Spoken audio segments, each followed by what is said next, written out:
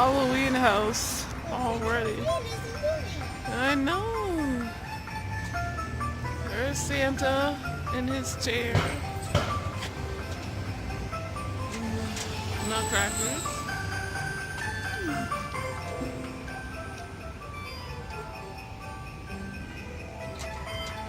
I wish we lived in there.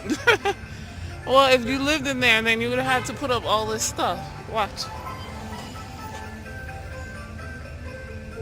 Santa. Yeah. Yes, that's not the real. Oh no. What? It's not the real Santa, but that's not the point. Oops. Starting off Witchathon. You don't want to see me right now, but my evenings usually end with some planning, journaling, and tarot. And as the first night begins, I'm just finished the first sprint. There are 3 chapters of The Bear and the Nightingale. I like this.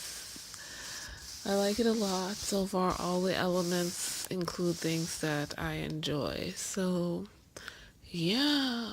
I don't know if I'm going to be doing the next sprint. We'll see. I'm tired and I have to get up early anyway. Though not as early as I wanted to. But bye-bye. I forgot to show you guys my first hot beverage in the mug. This is chamomile tea. I'm just feeling overexcited with Witch-a-thon starting, Smut-a-thon ending, and then the Mama Awards Day 3 about to happen. I was just over anxious, I guess, with excitement, so I made myself some fresh chamomile tea to kind of calm my way into sleep while reading this. So yeah, bye. Hi guys, it's Lachette. We are on day 2 of Witchathon, the Yule Witchathon for 2018. And I've just taken a shower. I'm wearing like my favorite shirt. So old, it's got holes in it. So if you see raggedy ends, yes, my shirt has holes in it. I finished The Bear and the Nightingale, my first finished read this morning. And I liked it. 3.5 stars. I wanted to say that, I wanted to say a couple of things. So let me grab my tea first. Alright, so I've got my tea. I think this is like the 4th time my mug, my hot beverage, will be on camera in this vlog. Anyway. So The Bear and the Nightingale. Why am I so bright? I don't know. Sorry. This is book 1 of a trilogy, and I'm sorry it's all reflective. This is the library copy, so they put that plastic over it to protect the dust cover. I enjoyed this. I wrote quite a bit in my Goodreads review. It's just, I don't know quite if I put it well enough, so I definitely want to speak on it here. And there's no guarantees that it'll come out the way I really mean it. This book is kind of written, to me anyway, really like folk tales are, or fairy tales, where, especially in the first part, it's not obvious until you start reading, but the book is split into 3 parts, so there's that. In the first part, there are all of these threads. We hear about Vasilia as a child, a really young child. She's the youngest child of all her siblings. We follow, her mother and father. We follow her oldest brother, follow her oldest sister, and all of this stuff. We get some stories about what's going on in Moscow, and with the prince and his heir, and the hold on, I'm forgetting the word because it's so weird to me for an official in a church to be called a metropolitan. So he is the highest Orthodox official in Russia in those times, that century. We follow a little bit about them, and then there's this stranger that shows up every once in a while, and you're just like, well, this is interesting, but what does this have to do with the story? And so I realized early on that this story is much more complex plot-wise than the blurb I read to you in my TBR video implied. There's a whole lot more going on than you would have thought in this story. And that's, up to you whether you enjoy that or not. I don't mind, as a longtime reader of fairy tales and folk tales and historical text and religious text and high fantasy. Tolkien, anyone. This is not as bad as Tolkien. Just to warn you, I know I said his name, but this is not that. But everything does lead somewhere in part 2. The pace starts picking up and the point starts getting somewhere. But I will say there, for warning, there are some problematic bits. This is, again, kind of written like folk tales and fairy tales are, where one, it seems like parts are missing because, time has passed. This is a story passed down, so maybe it's not complete because, whoever finally wrote it down didn't know all of it. Also, it changes in the tellings, word of mouth, so some people believe some things and other people say other things, and so, again, once it's written down, it doesn't 100% make sense because the different bits came from different parts and different people. But also it's of the times, so I guess this is supposed to be like 14th century Russia, or whatever Russia was called at the time. The author does make a point of that in her notes at the back, saying this is not 100% true to that time period, but as close as she could get it, seeing as how Russian history from that time is spotty. So there are a lot of things that are or were the norm, or we're told were the norm, that nowadays, particularly here in 2018, we wouldn't put up with that shit, or I hope most people wouldn't put up with that shit. So trigger warnings for rape, marital rape, grown men looking at young girls kind of lustfully,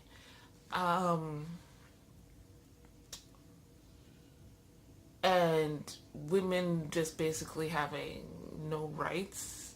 They're like property, even those who are beloved amongst their family and friends, subjects, servants, that kind of thing. Also, of course, because there's a strong tie with fairy tales and folk tales, particularly of the Russian kind. And then there's a paranormal element, and we call it paranormal in fiction, but if you were these people, whether pagan then or neo-pagan now, you probably wouldn't find a lot of these beings and creatures you wouldn't put them as, you wouldn't say they were paranormal. They'd just be spirits or beings or whatever they are. The guardians or guides or however you see them, but and to some gods, but there's a religious spiritual element, a not quite, in my opinion, fight between Christianity, particularly the Russian Orthodox kind, and the pagan spirits and beings. It's, or at least not for all of the characters, or even most of them. So at different times, each is put in a bad light. There's an evil or a bad person or being on both sides, and I guess if that is something that you might have an issue with, you're warning for that. But I particularly like that. I really liked Vasilia's village and how they were living before Constantine showed up and messed everything up. Even with Anna, her stepmother, things didn't get bad until Constantine. Constantine is the villain I love to hate. He does not come off as a villain, and he's not really the big bad. So many people probably won't call him a villain, but he's the type of person, particularly the type of religious person, that I strongly dislike. He has a lot of the negative qualities that many men, religious leaders, male religious leaders in monotheistic religions have had over the years. People who have got into these positions mostly because of how well off their families are, or how good they look, and they're very charming, and they pull people in, and they say that they are messengers of God or whoever, and a lot of what they do is for their own personal gain, to the point of ruining their followers' lives, literally, and in many cases having thousands of their followers lose their lives, because their way is right, and they have it in their head that what they want for their own personal gain is what God or whoever it is wants, and to hell literally with everyone else who gets in the way. And I'm not here for that. Hold on a second. Okay, sorry. I had to pause because smoke started billowing past my window, and I was a little concerned. But so yeah, like that's a character, a type that I cannot like, and even though there are some things that happen to him that I'm not happy about, I also still don't like him at all. So, and I don't know what's gonna happen with this guy. The ending So like the first part is kind of slowish with all of these threads. You're like, wait, so what's happening? What's going on? How big is this issue? How important is Vasilia really?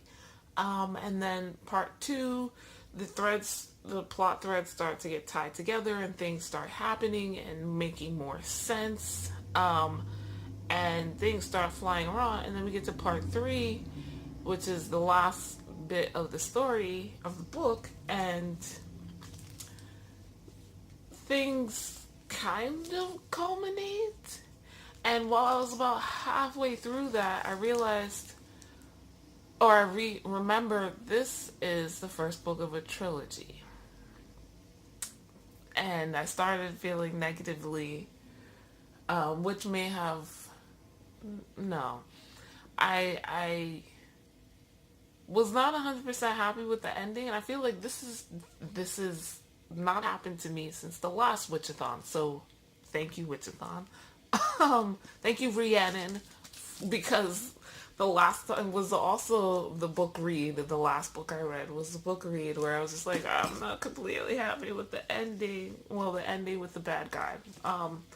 But I don't hate this ending. It didn't ruin the entire book for me, but I feel like this is one of those sort of fantasy, paranormal, whatever, series where it didn't need to be one.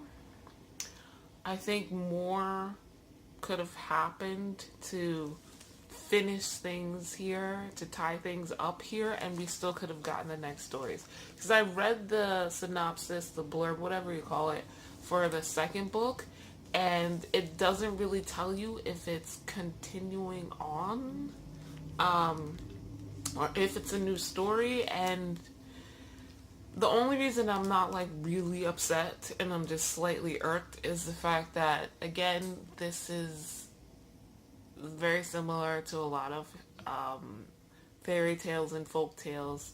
Things like 1001 Arabian Nights, where the story continues into a new story, and then there's like a overarching story that ties them all together. And so, no, you don't have to read 1001 minor stories here to get the overarching story, but maybe 3? I don't know. I haven't read any of the reviews for the second book, so I don't know how much ties in.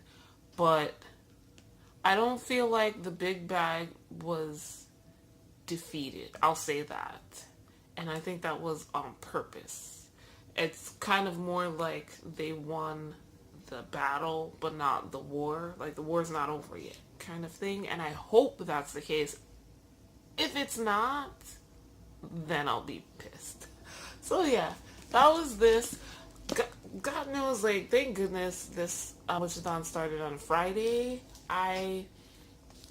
More smoke, and it smells. It's from a flare, by the way, the smoke that I'm seeing pass by. That's, oddly enough, why it keeps getting brighter. It's a cloudy day, but the smoke, I guess, is reflecting more light into my room occasionally. So I did like this. It's very atmospheric. Very atmospheric. I think it's pretty well written. The pacing changes. I like how all the characters are, like, they're created. Not that I like them, but as people, their creation was very well done. I could, see through all of their eyes and their situations, and they're understandable and relatable to an extent. Whereas I could see a lot of what they do happening even today, which is kind of sad in some aspects. But shit happens. And I do want to read the next book. I don't even remember the title, so I'm not going to say what it is. Anyway, this morning, I finished that. I wanted to start Big Magic, but something told me to look at the picture of Dorian Gray. Now, I have an ebook. It's 180 pages.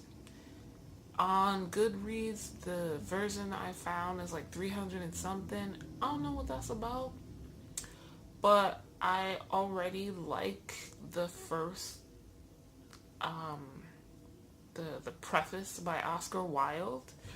It's to do with art, and unfortunately it's on my phone, and I'm filming on my phone because that's the camera I have. So yeah, I might switch back and forth between that and this one, Big Magic. So I started it.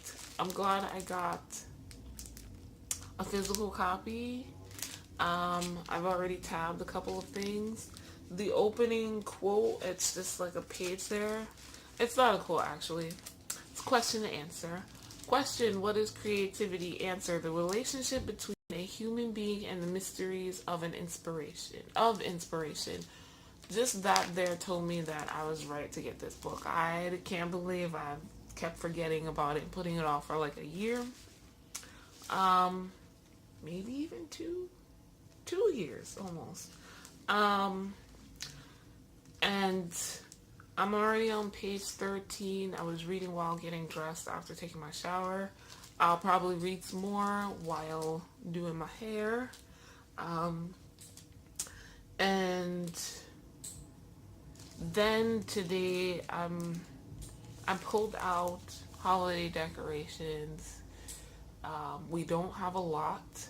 I want to expand on what we have with some more greenery. And so I'm going to go to Michael's and pick some stuff up. In this vlog, you will probably see me decorating a little bit. So yay. Yeah, we're always late decorators, and that kind of ties in with my witchcraft tradition. Around mid-December is when we're supposed to be decorating anyway, so that's also why in my last couple of videos I still have the fall look. Yule, the winter solstice, is technically the beginning of winter, so that's why I didn't have any winter decorations up. But they're coming, I promise. I was a little concerned last night about how quickly I'll get through this, but now I'm not, actually, with the books, because I think Big Magic is going to be quick, and then so is the picture of Dorian Gray, and of course I've already read Harry Potter, and the last book I added last minute to very quickly, even though I didn't mention it, but it's in there. It's in my to be read video. I'm gonna try to squeeze in Vicious, and I think I might be able to do it. But yeah, my reading time, I'm gonna try to get as much reading done this weekend, and we'll see. But I think I can do it. Like, I know I can do it, but considering all the other stuff I have to do, we'll see. But I think so. I'm feeling more positive this morning. Bye, guys.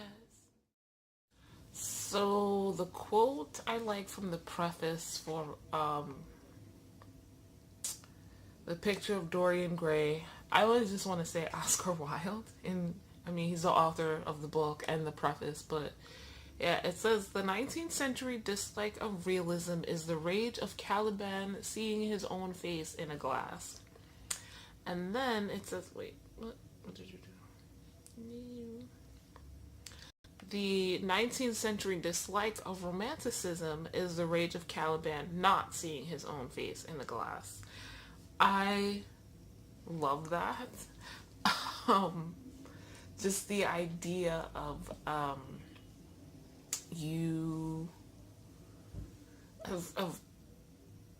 people not liking, realistic art because it shows their true selves and or how life really is, and then also not liking the whole romantic view of things, of life, and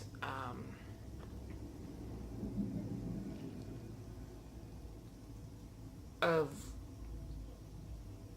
just seeing the greener pastures, everything being happy and wonderful, and being upset because that's not how life really is. That dichotomy, that's life. I do it, you probably do it, and it's just like, how do we find the in between? And it's very interesting because I read the preface really quick just to see if I was in the mood to read The Picture of Dorian Gray, and then I was like, okay, I think I'll read that while I'm out and about because I don't have a car, and I'll have my phone with me, so I'll just read like on the bus and stuff. And read Big Magic while I'm at home. And, one of the first things Elizabeth Gilbert, the author of Big Magic, she talks about creativity and inspiration, and she goes instantly into this story about modern poet and how he does things, and it's creativity and art go hand in hand, though all creativity, as Elizabeth Gilbert says, and creative living is not necessarily being an artist, but I feel like reading both around the same time, there's gonna be some influences, so I'm looking forward to that. I didn't think about that when I picked these books, but I think that this is gonna be good. I'm gonna enjoy this. So yeah, bye again.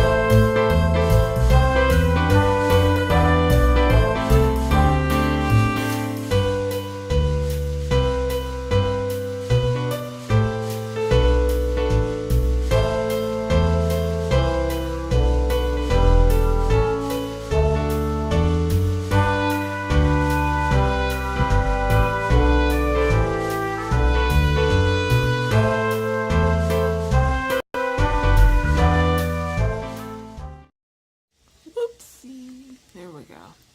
Alright. Hey guys, I'm back. It's still day 2. Just a quick update. I'm definitely a mood reader. This is a good example. So I've made like decent progress through Big Magic already here. Can I get you to see? Yeah. So about a quarter of the way through. I don't know. And I did some reading in the store while waiting online to buy stuff of Dorian Gray. So that's fine, and I'm enjoying both. However, Big Magic is not really a comfort read, which is what I like when I'm laying in bed at night.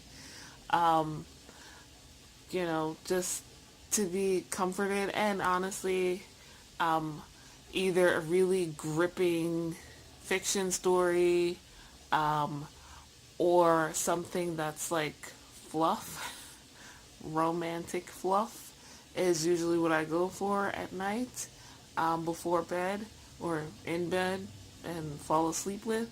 But neither of those books are that. Dorian Gray is interesting. It is also classic and using old-fashioned language, so it's a little more brain work because obviously I don't read that very often, even though it's understandable completely. It's just, extra work for your brain to kind of translate anyway, you know what I mean. So I'm going to move on to Harry Potter and the Sorcerer's Stone. This is year 1, book 1. I don't know what I was doing in my TBR video. Like, I picked up the right book, but then when I reached for it to talk about it, I didn't. So yeah, I didn't start this last week, but I'll start it now. I like the way his name glows in the light. So yeah, I'm done. That's all I have to say. Bye. See you tomorrow.